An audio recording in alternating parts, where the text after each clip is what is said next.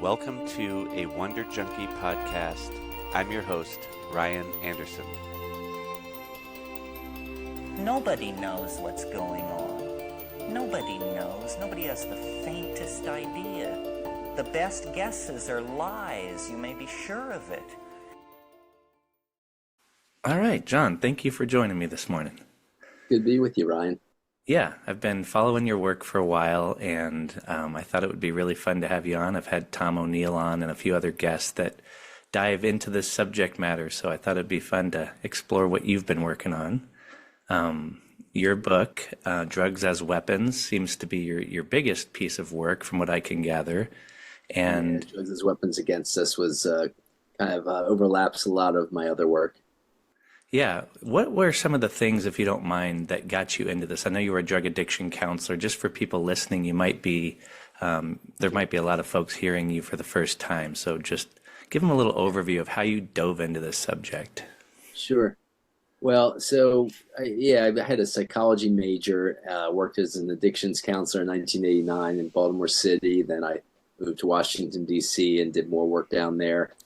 And went to grad school in 1992 and ended up, expanding my practice to include lots of different mental health issues, but also studied sociology with a great sociology professor.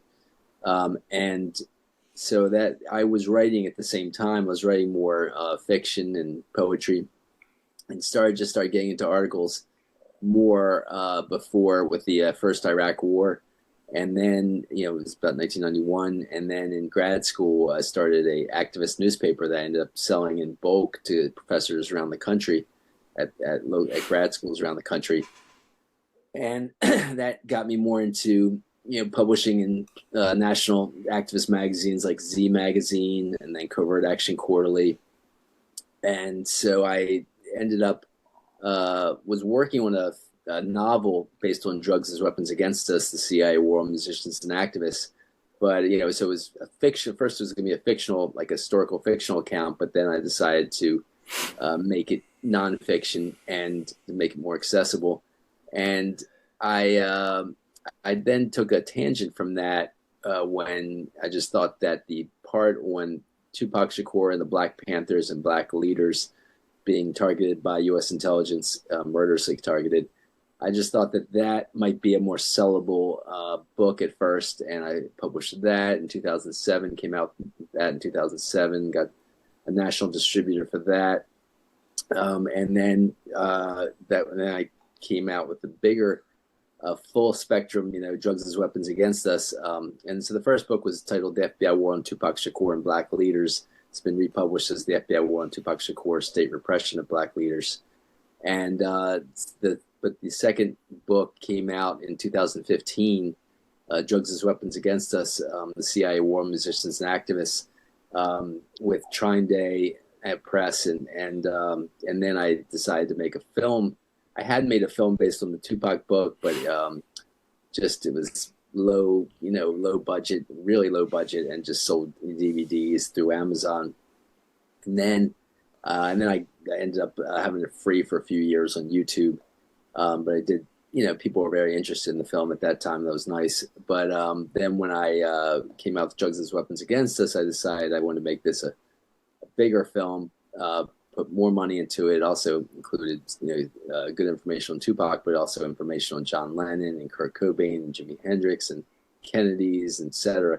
And of course, these activist leaders, Huey Newton of Black Panthers and Bobby Seale, leader of the Black Panthers, along with Students for Democratic Society, the largest, arguably the largest anti-war group in the country, with Bernardine Dorn and others leading it. And took a tangent from that film to the next film with this film Shots, Eugenics to Pandemics, and then came back to that film with my latest film that came out this October, which was a sequel to Drugs as Weapons Against Us, but I decided to make it a comic sequel.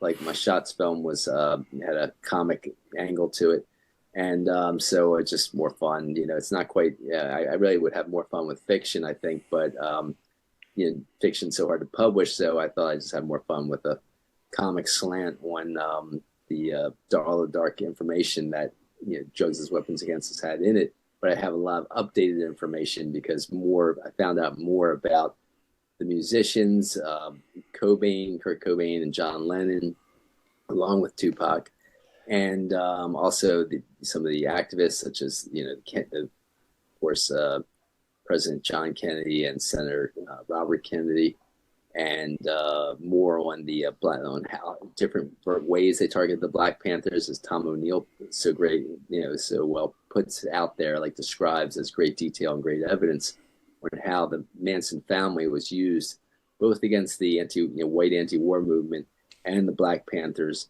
by targeting all these actors in Hollywood who were supporting the Black Panthers, calling themselves the White Panthers, but also they're also supporting, of course, the anti-war movement. So, yeah. It's a lot, and it's amazing that you're able to pretty much synthesize this and put it into a book. I'm sure you've had to leave out 90%, because otherwise it would be 17 books. That's the way it tends to work. Yes. Yeah. So I guess the FBI War on Tupac Shakur book was originally maybe 600 to 800 pages, and had to get condensed down to what was, I guess, 180 or 90 pages. Drugs as Weapons Against Us book was much longer and got condensed down. Yeah, sure. Well, I'd love to get into a little bit of the Tupac piece and ask you basically like how well received it was from his big fans and people that are really close to him, or people just in the music scene in general. Like, how well received is your work when you start to dive into some of these darker truths?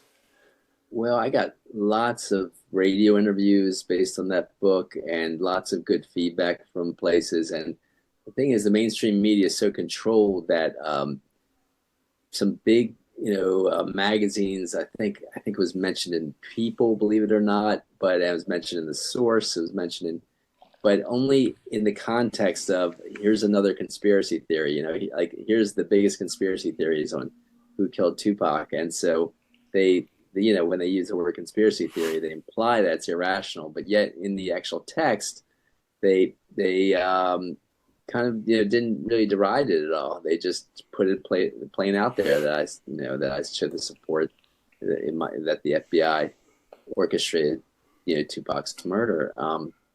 So it's nice to get mentioned in places like that. Haven't heard a bad word from any musicians about it. Tupac's brother Mopreme Shakur, Maurice Mopreme Shakur, is actually a stepbrother through Matula Shakur. It was a close comrade, close confidant. Was very happy about the book, he said, and included me in a A&E documentary called "Who Killed Tupac." So I was happy about that, and so I got pretty universally good feedback all around. Good. Yeah, I know you've probably been dealing with some algorithmic censorship too, because I know I'm a small platform and I've been removed from TikTok. All my YouTube videos get pulled anytime I have anything about COVID. So I can only imagine what you've put out. And it seems like the people that truly seek to understand the truth and start to share it immediately get put into these algorithms, and it's all keyword based and AI driven. So it's not easy to access. And we saw that during COVID. And you've dove in pretty deep into a lot of the pandemic type stuff and how all that is orchestrated, which to me is fun to go all the way back like you've done to MKUltra and the development of the CIA, because that's where it all stems from. And it's hard for the average person, I think, right now to understand. I think we've been driven and it's been created, it's been socially engineered this way to where people suck down the mainstream narrative and then they call you a conspiracy theorist and then they move on and get busy with TikTok or vape pens, Right. Yeah, no doubt. It's absurd. And so you and me both, of course, with the pandemic stuff, as you said, so it's almost like I just plan certain interviews. If it's going to be fully about that, I'll talk about it. If it's not, I don't even want to talk about it. It's like, why, because it's going to censor the rest of the information I talk about. So yeah, it's too bad, but yeah, that's the way it works. And they've got their algorithms, they got their censorship, and it just, puts it to a very small audience when you talk about certain things. And even when I was talking about Kurt Cobain for a bit there, when I was getting too detailed about the Kurt Cobain case and Courtney Love and her ties to the CIA. Sometimes that got one interviewer very censored, but thankfully they allowed it up again after another year or two. It's bizarre how they were doing that. And two different interviewers actually who were very popular, both got censored at one point, but then were allowed it to show again after that. So I'm so glad that they've stopped censoring my Kurt Cobain information, and that's good. But yeah, I know some of these things are just too sensitive for them, and it's too bad. Yeah, I'd love to get into the music scene and how the MKUltra program targeted these individuals, but I'd also first love to start with why, in the end, after writing all these books and being a journalist like you have been, what is the ultimate main goal here with psychedelics and drugs and using them?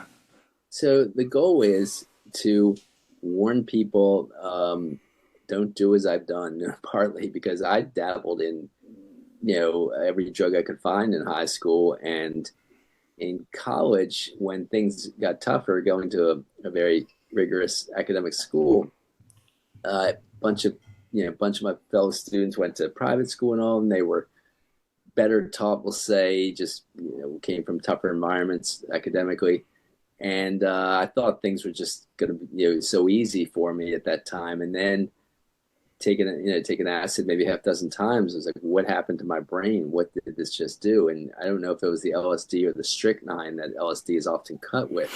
Strychnine's rat poison. But I thought something's not good here. I'm not remembering things as well. I used to be able to remember a full page of a paper in my head, and then write it all out with the pen after I just had it all written in my head. And me and a friend who had different batches of acid at different college and transferred to my college both experienced the same thing with that. We both had that ability, and we both lost that ability after maybe 3 to 6 hits of acid.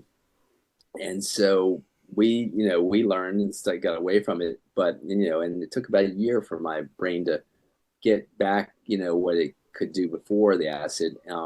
But even, certain things I couldn't get back, certain abilities I just couldn't quite get back. And so I didn't think anything of it then. I just thought, okay, I'm not taking any acid anymore.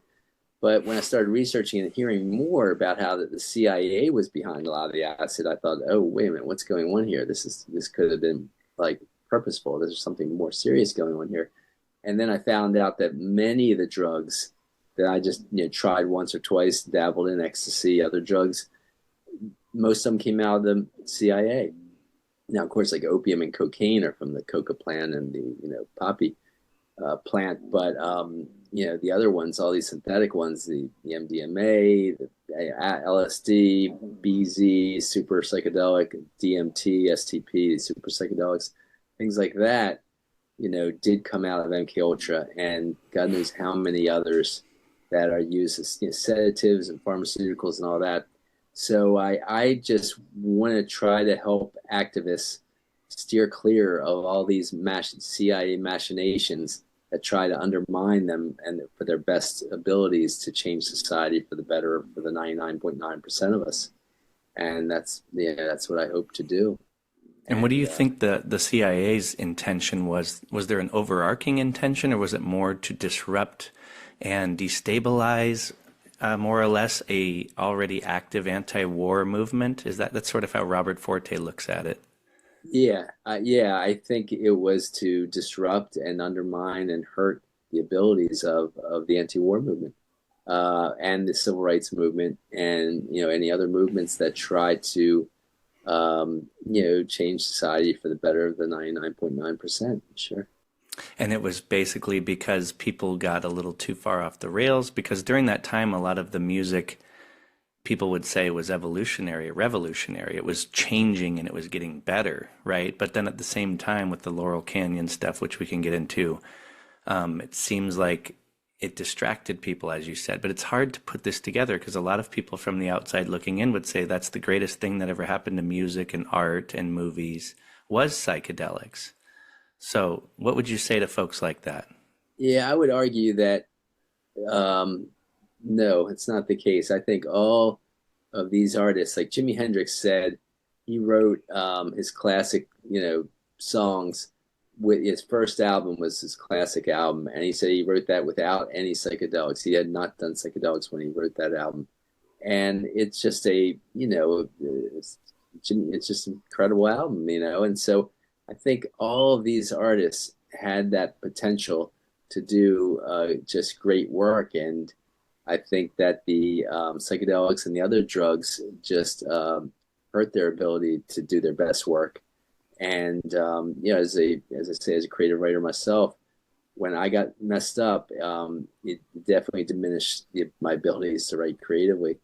And I think that even though some people say, okay, well, I can write some certain songs when I'm stoned a certain way, but I think it's just that, they've got problems with anxiety or other issues, that there's so many other means that don't hurt them in other ways, that they could get at that creativity. And that in the long run, in the short run, you might have something a little better with some opiates in your system, or with some, psychedelics, maybe. I don't think with psychedelics, but maybe with some opiates. But in the long run, you got an opiate addiction, because it's physiologically addictive and it's hard to get off of, and it ruins your life.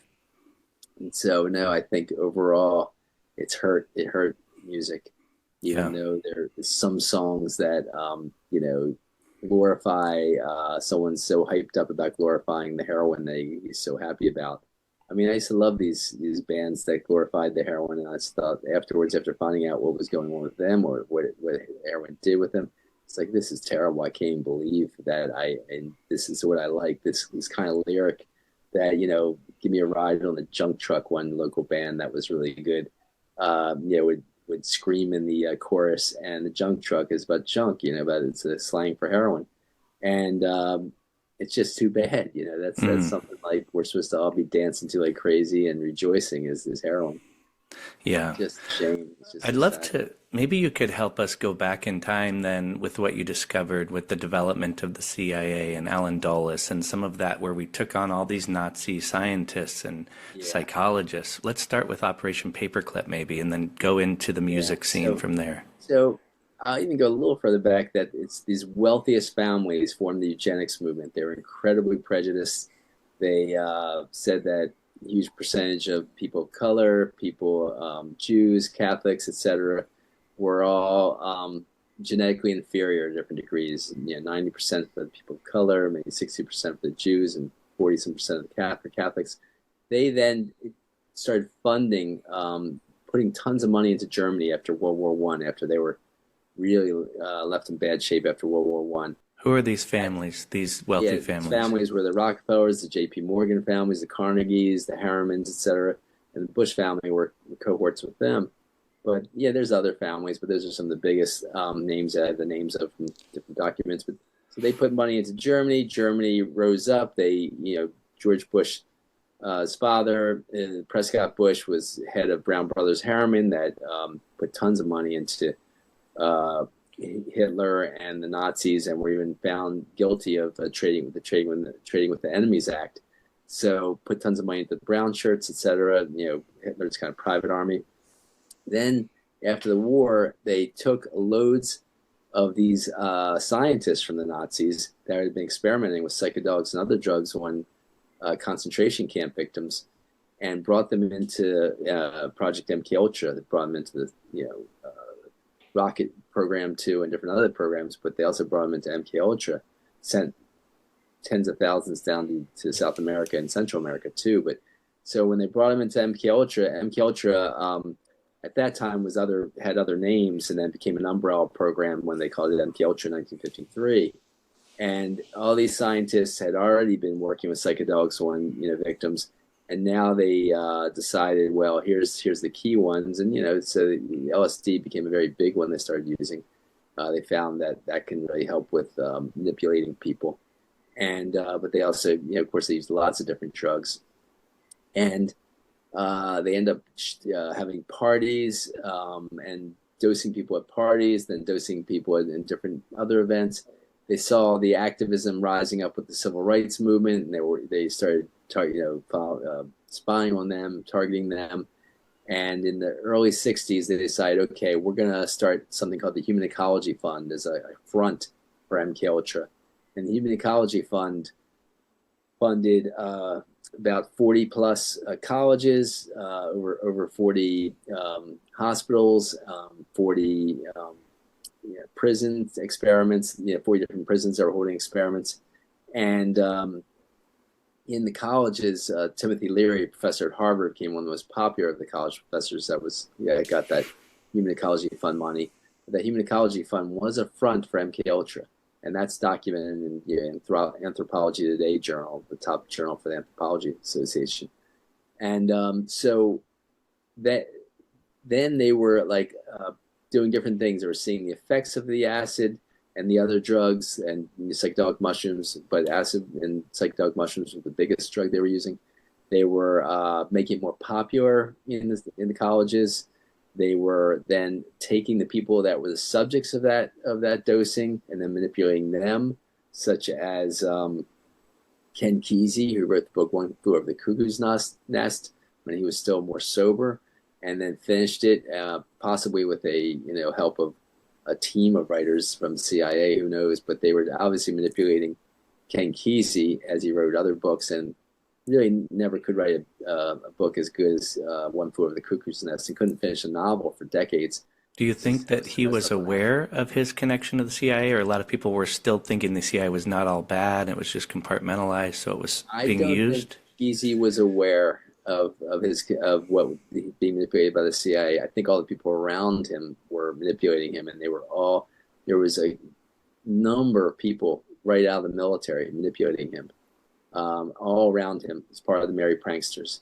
I have a Merry Prankster describing that he was like a platoon leader when he was only 20 years old, in charge of these really, experienced sergeants and stuff like that. You can see in my film, Drugs as Weapons Against Us. So before he became a Merry Prankster, guiding Kesey, manipulating Kesey. So anyway, so this is some of the things they were doing. They held these parties in places like the Millbrook Mansion, so Leary ends up getting kicked out of Harvard, him and two of his other professors who were caught up in the whole MKUltra project.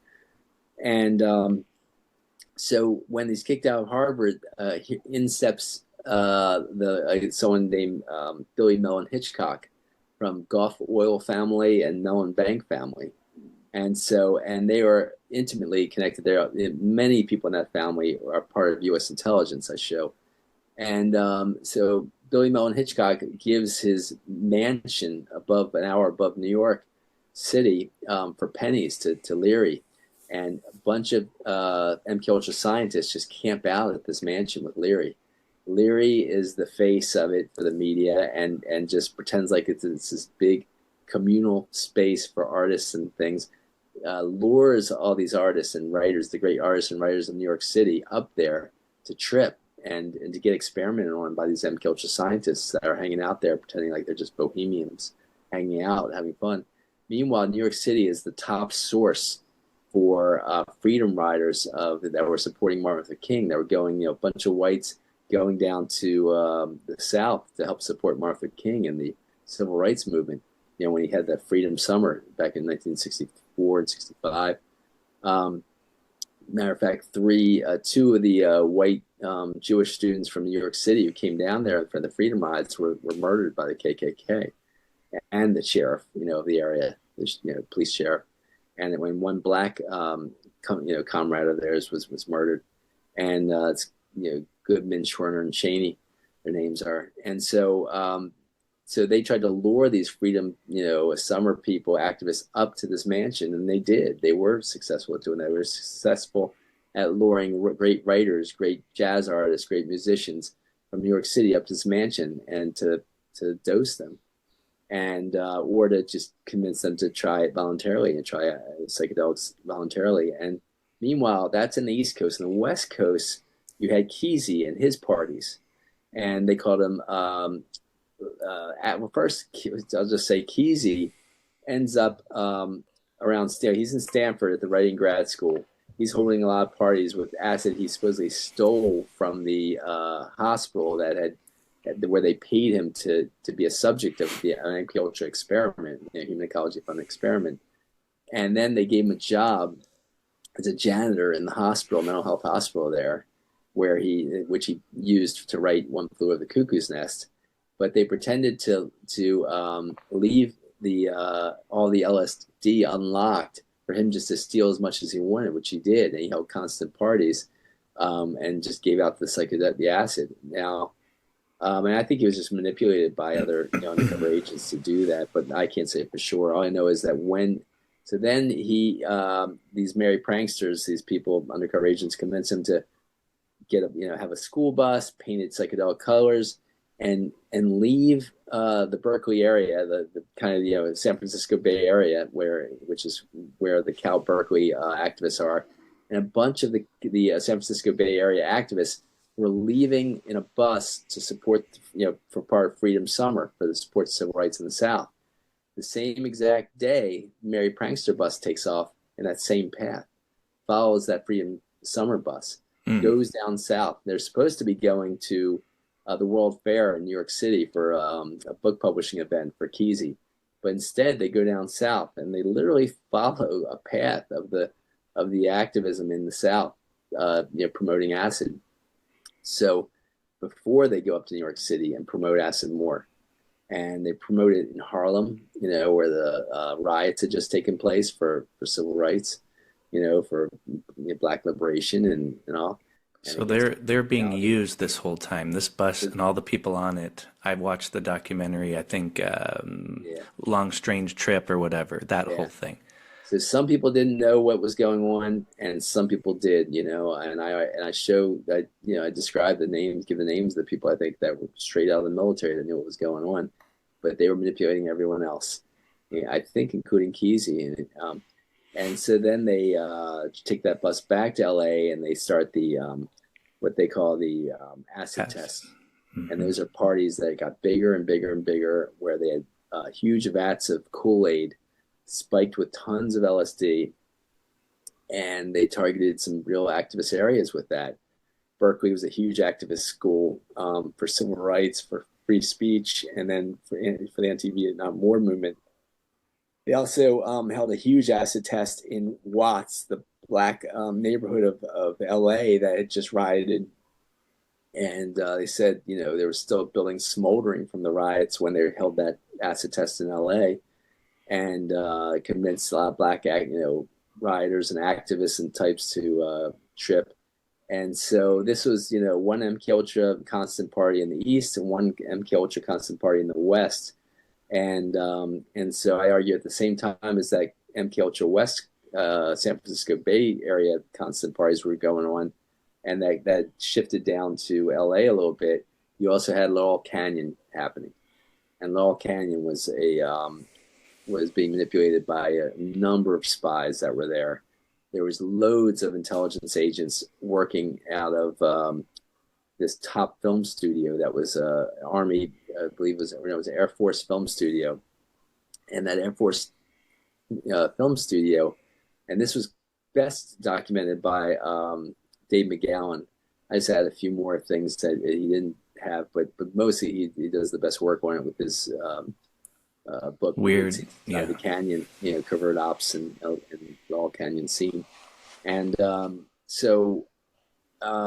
They basically had their own, some people from their own families, the wealthiest families, the oligarchical families, like the Van Cortlandt family of New York, that owned 1,000 acres in the middle of New York City, and had a highway named after them in New York City. Van Cortlandt Park was their 1,000-acre estate. And so, the Van Cortlandts, so David Van Cortlandt Crosby was part of the Van Cortlandt family and part of the Rensselaer family. The Rensselaer had that engineering school named after him. And so people like him, people like Papa John Phillips, who was married to one of the president's daughters, great granddaughters, aristocracy. Papa John Phillips, who started the Mamas and the Papas, was straight out of the Naval Academy, and his father was a military intelligence. Frank Zappa, his father worked at Edgewood Arsenal, which was a main source of MKUltra chemicals, where they created all kinds of psychedelic chemicals and other chemicals for MKUltra drugs. His father did that and convinced him to take on this task for I argue because he held constant parties, psychedelic parties with so these different people in Laurel Canyon, who I just named, held constant sex and drug parties in the Laurel Canyon area. So they lured all these actors and musicians to these parties, had all these women running around naked for, luring them in, and convinced them to use all kinds of drugs, acid, heroin, cocaine, etc. And by 1968, another group of women joined those parties as like the manipulated women to lure, actors and musicians there. And that was the Manson family. And Tom O'Neill did great work on documenting that. I just added a few, little things from the slant I showed about it all. But it's just, it was an incredible scene. This small little area of LA produced these, all of a sudden #1 top bands because they got this huge promotion from the oligarchs, the wealthiest. And, and meanwhile, they didn't even, on their albums, they didn't even play their instruments most of the time because the Wrecking Crew was the professional band. And Wrecking Crew was people like Glenn Campbell and others who were great musicians. They were apparently extremely conservative, pro-war type of people. But they were good musicians, and they so a lot of these bands started out with having these other people play their instruments on their albums before they practiced and got good enough to play a lot of these things themselves. So it was crazy stuff. But Papa John Phillips, I show the evidence of. He was he injected his daughter Mackenzie Phillips, the actress from One Day at a Time, with cocaine when she was 11 years old. He then, the night before she was getting married, which was about 18 or 19 years old, he partied with her till she was unconscious and then had sex with her while she was unconscious, basically raped her. And she said they had a 10-year relationship thereafter. She's married and started having sex with her father regularly. So she was obviously really messed up, sadly. It's horrible what he did.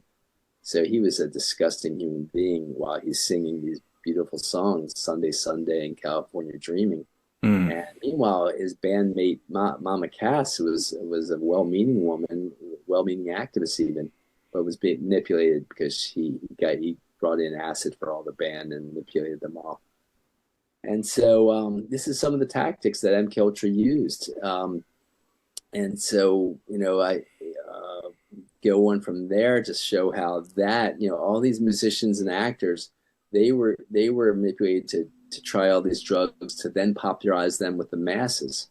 So then, by popularizing them with the masses, then Students for Democratic Society, the largest anti-war group in the country, 100,000 strong, then they thought, well, we're kind of behind the times. Everyone else is taking acid. Everyone else is doing these drugs. Maybe we will too. And same thing with the Black Panthers. They ended up manipulating some of the leaders of SDS, Students for Democratic Society, and the Black Panthers to use some of these drugs.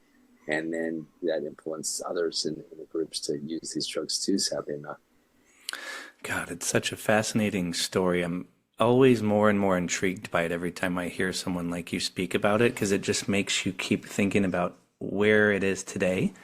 And even with these current riots that are happening and how much they're being influenced by different directions. And when I go back to, I guess did you read Operation Mind Control by Walter Bowart? Yeah, I was skimming it the other day after I'd skimmed it when I was, I'm talking about 2 decades ago, probably 2 or 3 decades ago, but whatever, about 2 decades ago, I had it looking through it. I don't even think I read it all word for word, but I was rereading it and looking through a lot of parts of it because I was looking for what I found in there, or what I couldn't find in there, what I was trying to find in there was what Bowart put in an article based on the book. And that article, within the first few paragraphs, it bullet pointed the fact that the MKUltra trained doctors and others, including military chaplains, to use hypnosis and drugs to brainwash people, basically. And so I bring that up because the last third of my film CI Drugs Are Us is about Father Joseph Maskell, who was made infamous by the Emmy documentary nominated, the Emmy nominated documentary, the Netflix series called The Keepers. And I don't know if you saw that or heard about that, but Maskell was infamous in Maryland, and in the film, he was suspected of killing a nun who was a beloved teacher at a high school, which is probably within 5 miles of me, 10 miles of me at most, called Archbishop Keogh. And she was a great teacher. Students loved her, and one of the students and her classmate, were in their maybe 50s or 60s when they started saying, we've got to investigate why, who murdered her and why. And they started investigating, and they found that was most likely Father Maskell. Maybe not that did it himself, but that was linked to her murder, because they found that Father Maskell was raping loads. I mean, we're talking hundreds possibly of women, of girls in the high school. And so they interviewed, loads and loads of their classmates, and investigated for years, and then were featured in that documentary series, The Keepers. And they showed the interview. They had all these women testify. Just say on camera, yeah, this is what he did to me. And I interviewed one of them. So I befriended Gemma Hoskins, who was one of the citizen investigators, who was graduated with a bunch of these girls that were raped by Maskell. And one of them told me directly that Maskell at one point said, you don't understand. I'm trying to protect you. And he said, the CIA is watching you, and I'm trying to protect you. And she was like, what? The CIA? Is he crazy? The CIA is watching me. Why would the CIA be interested in a 16-year-old girl like me?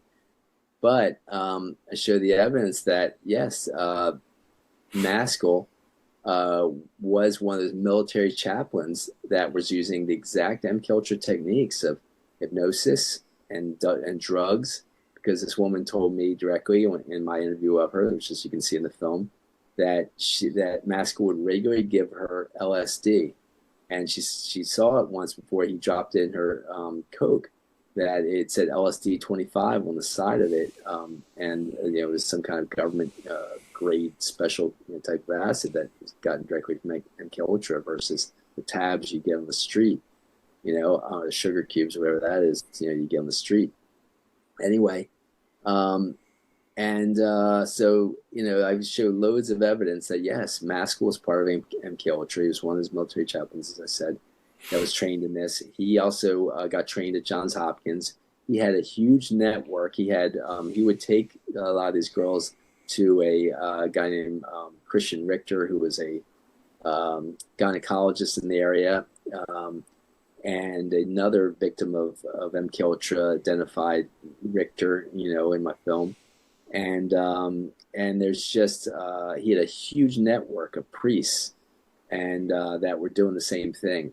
And so I specialize in trauma now, and counseling trauma victims, such as sexual abuse victims, physical abuse, different other emotional abuse, and so I now counsel a victim of Father Maskell, and Maskell had a huge network of priests, and so it all came out later that both boys and girls came out and said. One boy said, who's now in his 60s, he said just in the past 5 years, an attorney general's investigation came out with a report and identified about, I believe it was about 120 some different priests that were clearly guilty of this kind of abuse, and one of them, it was a close colleague of Maskell's. It was real nearby Maskell, where he was a priest, and actually they both were priests in the same church at one point. And that one of those priests is actually, it's hard to reveal too much, but is harassing people, I'll just say. And he's been identified as as someone who clearly did what he did. Maskell was, church ended up admitting that Maskell did all he did, that these women said he did.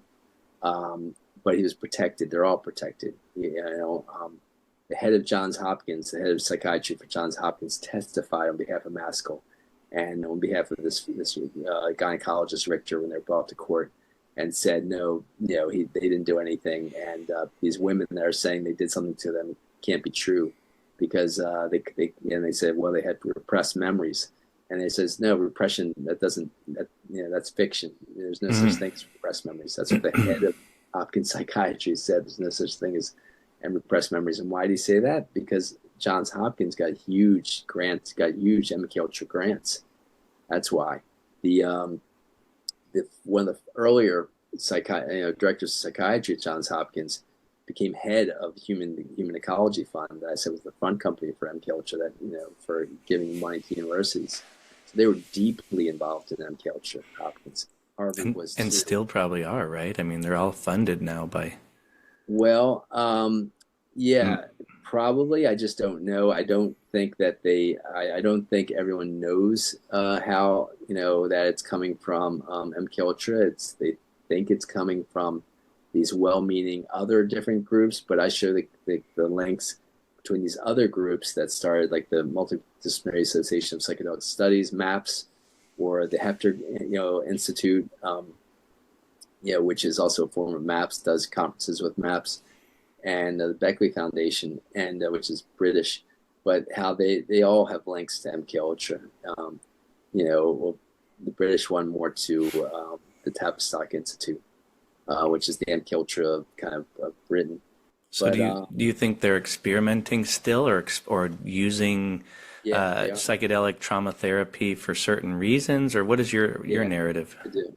Yeah, no, I think they've got the same agenda as they did before, but I just think it's a little more hidden because things came out about MKUltra. They're trying to hide it a bit more because MKUltra, was a government group, and Human Ecology Fund, even though it was like a front group for that government group, it didn't think it had to hide as much. And now they're just trying to privatize it more to make it more hidden with these, supposedly well-meaning nonprofits like Multidisciplinary Association of Psychedelic Studies. But I show all those ties between them and Human Ecology Fund and MKUltra. And so, I just think, they're still doing these kinds of things, sadly enough. I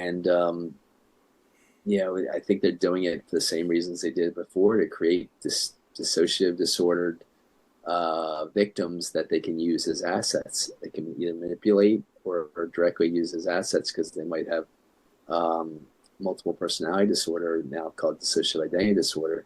So they're using one personality to do their bidding, and the other personality doesn't remember what the other one did.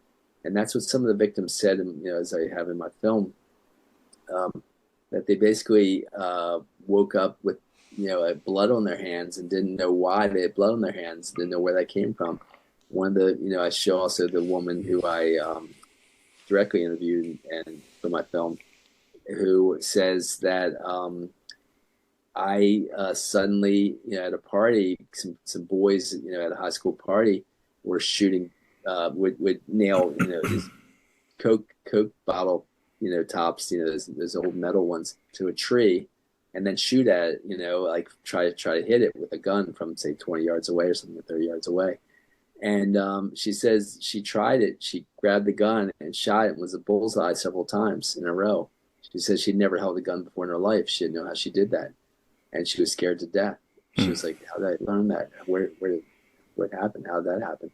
And so she was scared that they were already using her as a marksman, as an asset for U.S. intelligence. And so, that's some of the stuff that... And a lot of it's probably just strictly profit, too. If you get people into this model and big pharma's tied to it, it's just like the pharmaceutical industry takes over again. And Sure, it could be for profit, like you just said. Because they all need to get on all kinds of drugs. They don't need to, but they may get on different kinds of drugs just to quell the terrible pain and that they went through. But they also can be used to be manipulated to take on certain jobs, whether it be in Hollywood or in music. In music, I argue that Courtney Love is probably, I don't know for sure, but there's a good chance that she was an MKUltra dissociative identity disorder victim. She said her mother's memoir, book about her said she was going, may have been abused at about 4 or 5 years old in a preschool. And Courtney herself apparently told her biological father in a letter to him to get her out of juvenile delinquent school. She said that all my therapists, and she was seeing therapists since different biographies at the age of 2 or 3 or 4 years old.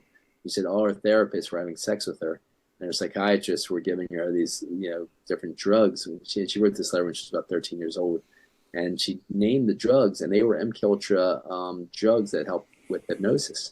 They were very esoteric drugs, and they were used to help hypnosis. So it's a good. And meanwhile, when she was 17 years old, a guy who befriended Hank Harrison, Courtney Love's biological father, in Ireland, when Courtney Love went to visit him in Ireland, Courtney was 16, just turned 17, and a guy who befriended Hank Harrison ended up admitting to him on his deathbed that he he wasn't a spy per se, but he had a job of reporting to the U.S. Embassy once a week and give a written report on what he saw and what he, because he was spying. So he was spying, and he ends up having sex with this, he's maybe in his late 20s or early 30s, and he has sex with Courtney Love at 17 years old. His name's Stephen O'Leary. So Hank Harrison sent me an original copy of his book, Love Kills, and the original copy, the PDF copy, had that letter, and so it talked about it. And so I interviewed Hank Harrison after I read his PDF book, and I only used the parts that I could find backing, sources for. And so for Stephen O'Leary, I found Stephen O'Leary, who died where Hank Harrison said he died, the year he died, and that he also had a brother named Kevin O'Leary that Hank Harrison said. And Kevin O'Leary, meanwhile, is also helps. They both take Courtney Love and guide her through England. And she's going through England. She brings 1,000 hits of very strong acid, tons of other drugs, and passes them out like candy. And it disrupts bands. And he breaks up the Pogues, which is a top Irish punk band, and does other things around the scene. She copies that behavior. Meanwhile, that behavior was done by the assistant director of MKUltra back in 1965, a guy named Robert Lashbrook, according to a guy named A.E. Hotchner, who was Ernest Hemingway's editor, who Lashbrook came with tons of acid and agents to London and told the agents to get LSD in as many musicians' hands as possible. So where does John Lennon and George Harrison, where do they get their first hit of acid? They're dosed. And this dentist of George Harrison puts it in their coffee without them knowing, and they drink it and start tripping, and they're furious. And George Harrison said, "What's that LSD? I've never heard of it." So they didn't even know what it was when he was dosed, and John Lennon was furious. But then some months, like some months later, they were convinced to do it again by David Ben Cortlandt Crosby, in L.A. when they're touring in the United States. And a bunch of actors were there, such as, Peter Fonda, Henry Fonda's son, Jane Fonda's brother. And other people were there at a party and convinced John Lennon and George Harrison to try it again, saying, "Oh, it's fun, it's great, it's not bad, don't worry about it." You convince them to try it again. Meanwhile, so get back to Courtney Love. So Courtney Love copies the behavior of Robert Lashbrook of trying to get acid and these other drugs in a bunch of musicians' hands, and then copies that behavior in different punk music scenes throughout the country, throughout the United States. She goes to Portland and does that. She goes to Los Angeles and does that. And she marries the top punk rocker in Los Angeles, and who gets disgusted with her and scared of her and divorces her. But not before, she manipulated him and the Portland music scene and gave out Percocets and all kinds of other drugs and acid like candy all over the place. And then she does the same thing in Seattle, with Kurt Cobain, of course. But she also wormed her way into living just for a few days into Joe Strummer of the Clash's house. Joe Strummer was married, and God knows what happened there. But Strummer died, too young when he was trying to get the Clash back together for a Lollapalooza concert. I know. So it was always Nonetheless, more of an activist, like she was targeting bands and musicians that were activated to push yes, back on the anti-war. yes, yes, definitely.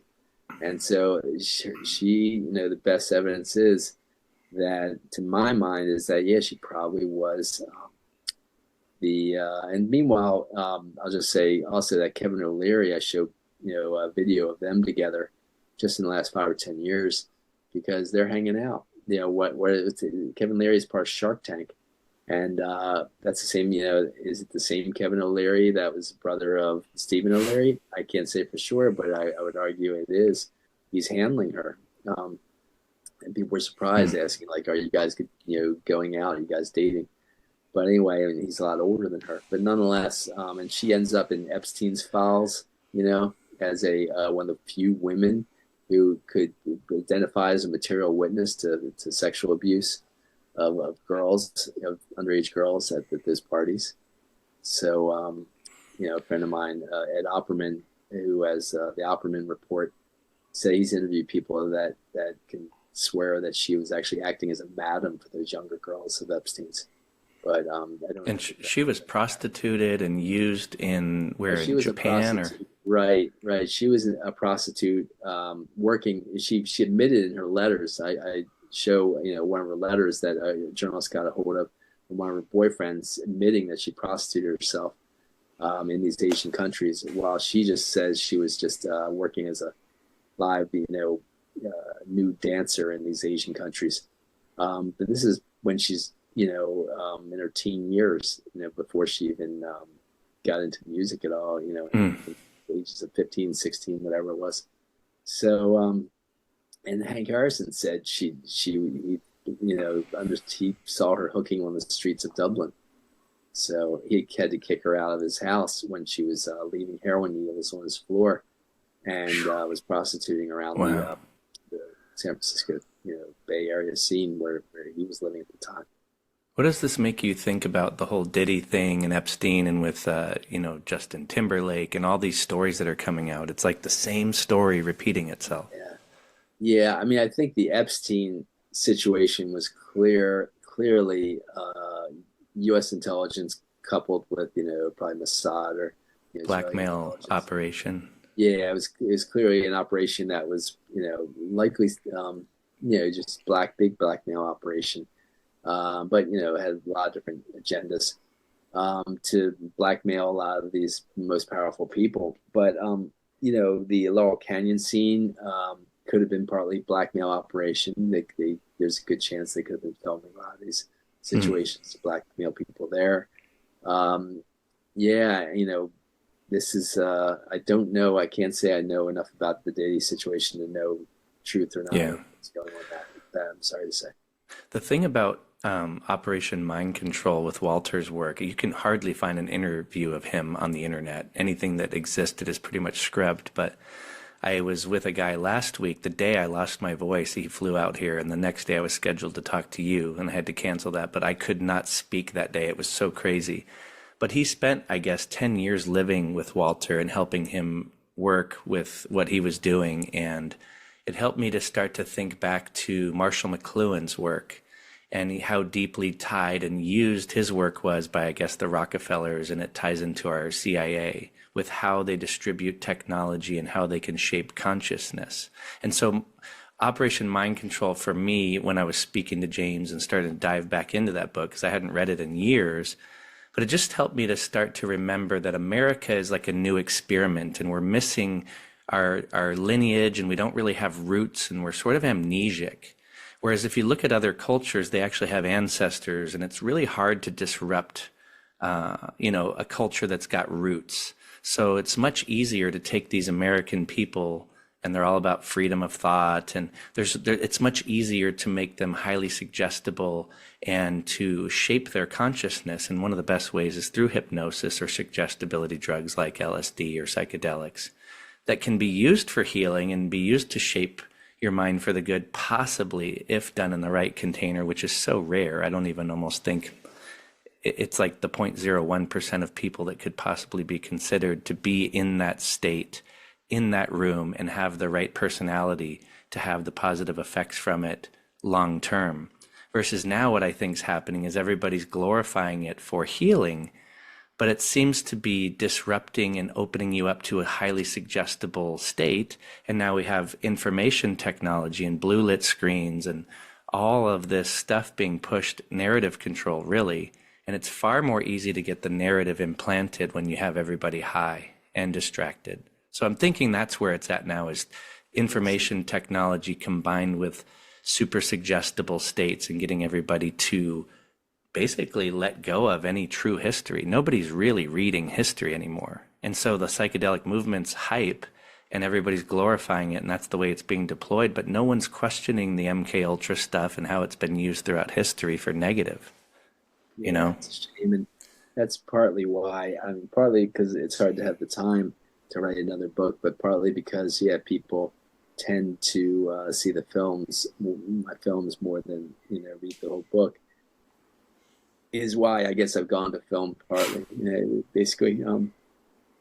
But I think that, I'm just hoping, as you say, that to get people to understand the history in order to question so many aspects of what's going on, and hopefully push for, peaceful movements, push for, equality amongst all of us, in a healthy way at least.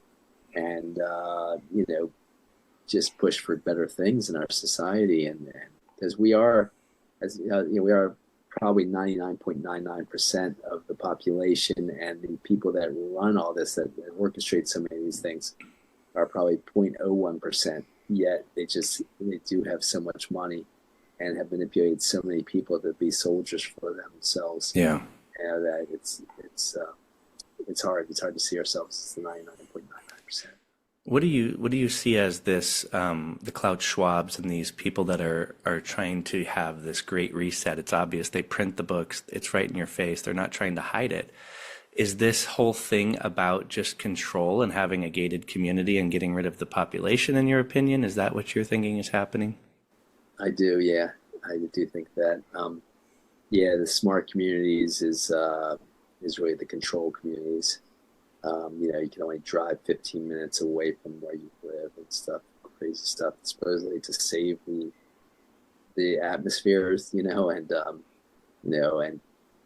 cow farts are killing the world, and stuff like that. I mean, this stuff is just the geoengineering component's really freaky. Yeah. So I mean, it's like it's hard to believe. Obviously, most of what they say is about control. It's not about, they don't care about the environment. They don't care about the atmosphere. I mean, we're all pro-environment. I mean, maybe not all of us, but a lot of us are pro-environment, are against pollution, of course. But, the geoengineering is a huge component of it all. Like you say, Dana Wigington's done great work around that. And did you say Danny Wigington? Dane Wigington is in this. I think Dane or Dana Wigington. I forget. It's a guy who's really brilliant about this. He made a movie called The Dimming about how they're putting all these particles in the atmosphere, dimming the sun. But he's just done the best work on it. He started the site geoengineering.org, I believe. Okay. Anyway, I saw a great interview of him with Robert F. Kennedy Jr. About all this stuff. All the geoengineering that's going on, and RFK Jr. said that we're going to stop it. We're pointing at least one person to work just on this, to stop it. But who knows? We'll see. I don't know how to do that. But it's this great reset is one big control issue. It's incredibly fascist. I show the evidence that Klaus Schwab was. His family were Nazis. They were honored by the Nazis. They won awards from the Nazis. The corporation won awards from the Nazis. And he's right out of that stock. And the things they're doing are just absolutely horrible. And it's about depopulation. Yeah, I mean, Bill Gates has been called several times saying, don't tell him. I just showed one time that he said it, but he said several times by accident that this is about taking down the population 10% of the time, the same as the eugenics folks said, taking down the top population 10% of the time so that people don't notice what's happening. Yeah. And the masses don't notice it, so they can't rise up and try to stop it. Yeah. And so, I think that's what it's all about. In that World Economic Forum, there's a few people that have spoken out clearly about depopulation being a great idea for the future. Yeah. And so their idea that carbon dioxide is killing, the planet is like, that's what we emit is carbon dioxide. So they're basically saying it's about getting rid of us, it's simple, and getting rid of animals, us, and, and then, getting rid of cows because they produce methane. It's just all made up. It's made up science, but it's bought science. It's the same pseudoscience that they could buy with the eugenics movement. They bought out. When they put out all the money to go towards, the global warming idea, people, really climate scientists can't do anything else to keep their living, but say, well, okay, I'll go for a grant in that because that's what pays their bills. And a professor who was a chair of a department said they would only, I could only be funded if I toe this line. And she said, that's not science. That's not real science. And so, our scientific community's been hijacked from this central model. Hijacked, sadly enough. Yeah, just in the same way that the pharmaceutical companies have hijacked the scientific community with those regarding all these different antidepressants that supposedly work so well that they now need to try LSD as an antidepressant, or psychedelic mushrooms as an antidepressant because the other antidepressants are working so well, Yeah. It's just. And as a therapist, I'm sure you've noticed this trend too, to look at focusing on the individual that needs the help. It's not the insane culture and the issues at large. It's like, no, that's where we should be focused. And you should actually be feeling a bit upset, depressed, angry, all the emotional issues when you look at the problem and you're sort of becoming nihilistic and hopeless. A lot of the average people in culture, instead, here's a vape pen, here's a medicine, let's get you to, it's that soma effect, that brave new world of like, just get people distracted and feeling good enough to get through the day so that they don't question what's going on. Yeah, no doubt. And I'm really happy that I got trained in something called EMDR 11 years ago. And it stands for eye movement desensitization and reprocessing. It's basically just using eye movement, like with someone following a pen back and forth, or feeling vibrations going back and forth in each hand, or tapping back and forth in each shoulder. It's about bilateral stimulation that stimulates the right hemisphere, left hemisphere, right hemisphere, left hemisphere, the brain back and forth. And it stimulates us to use more of our brains. More, they say we only use 10 or 20% of our brain, but this leads us to use more of our brain. And it can heal our own trauma while we're doing it. And it can also install positive thought patterns because our trauma has us believe negative thought patterns. And it can even install positive, healthy activities, to get us to help us get over the edge to do some of these things we really want to do that make us feel better and healthier, make us healthier. And so I just think it's been fantastic using that and helping people, find answers with this instead. So, just same thing as basically now they're not dependent on a medicine or some outside thing. Once they can start to rewire and make those neural connections again, that's beautiful. Yeah, no doubt. Have you heard much of Dr. Jack Kruse speaking about light? Have you heard of him? He's a neurosurgeon. I haven't, but it sounds interesting. He was one of the ones that got pulled from YouTube and got my TikTok removed.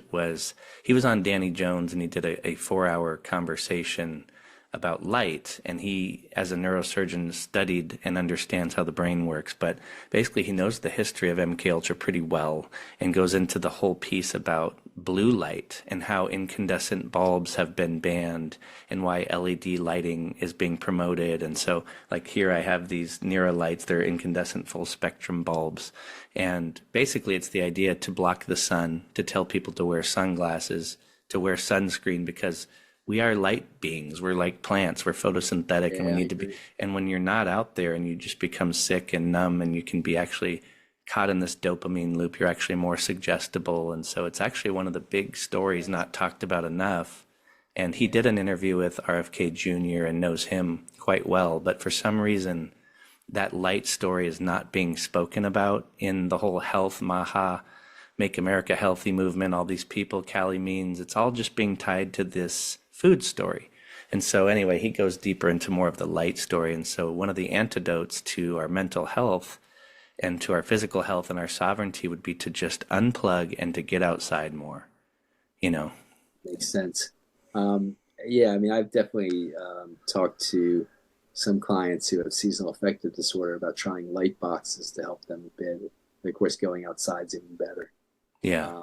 You know, when they're stuck inside having to do work all day at a certain job, you know, maybe using those light boxes to get them more light. Yeah.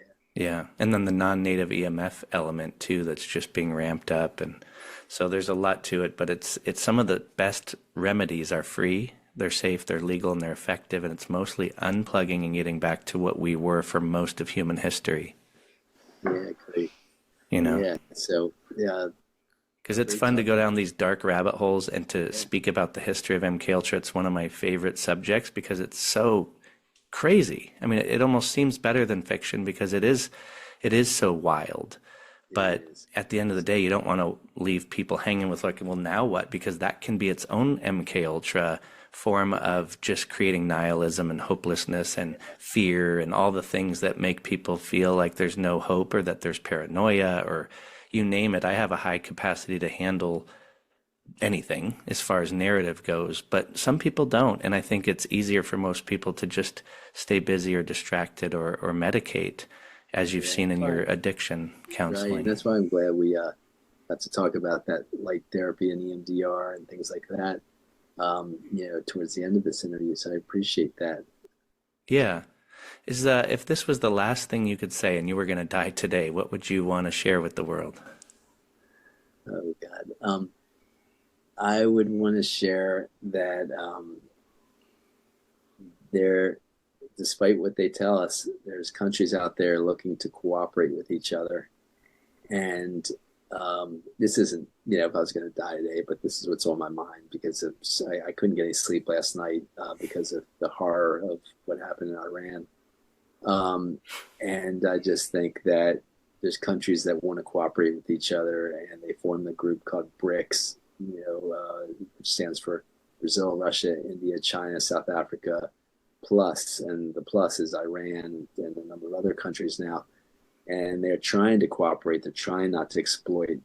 And sadly enough, our country and a number of other Western countries want to exploit and don't want to cooperate. And they're doing horrible things like they did last night to stop BRICS from, you know, getting more and more people involved with them, because BRICS has dozens of countries trying to get, you know, join their group. And it's just really terrible that we and the other Western countries are resorting to the kind of stuff that happened last night and bombing the hell out of another country the way that happened. It's so horrible. Yeah. So I hope we can stop that together. Yeah, we didn't get into much of that, but it's the story of keeping us at perpetual war for funding and money and profit, and it's unfortunate, you know, and I hope, and that, you know, so, you know, we did a broad stroke over a lot of your work, but I'd love to send people to find your movies, your books. Where can they find you? So you can find me at johnpotash.com, JOHNPOTASH.com. And that can give you links to the places my books are sold on Amazon, Barnes and Noble, where my films are shown and sold on Amazon. And my films are free on Tubi, but they you can find for $1.99. You can see them without ads on other places like YouTube Movie Rents, and Amazon Prime has Drugs as Weapons Against Us for free if you're a member of Amazon Prime. But there's probably a dozen places you can see each of these movies. Awesome. So I hope people read my books and will watch my movies, and feel free to contact me if you have any questions about them too. But thanks so much for the interview, Ryan. That was great. Yeah, thank you for joining me and for everything you're doing. Keep up the amazing work. You do the same. Thank you. Thank you for listening to the episode. Be sure to subscribe to the show on Spotify, YouTube, and iTunes, and rate the show. I hope you enjoyed the episode. What we call reality is in fact nothing more than a culturally sanctioned and linguistically reinforced hallucination.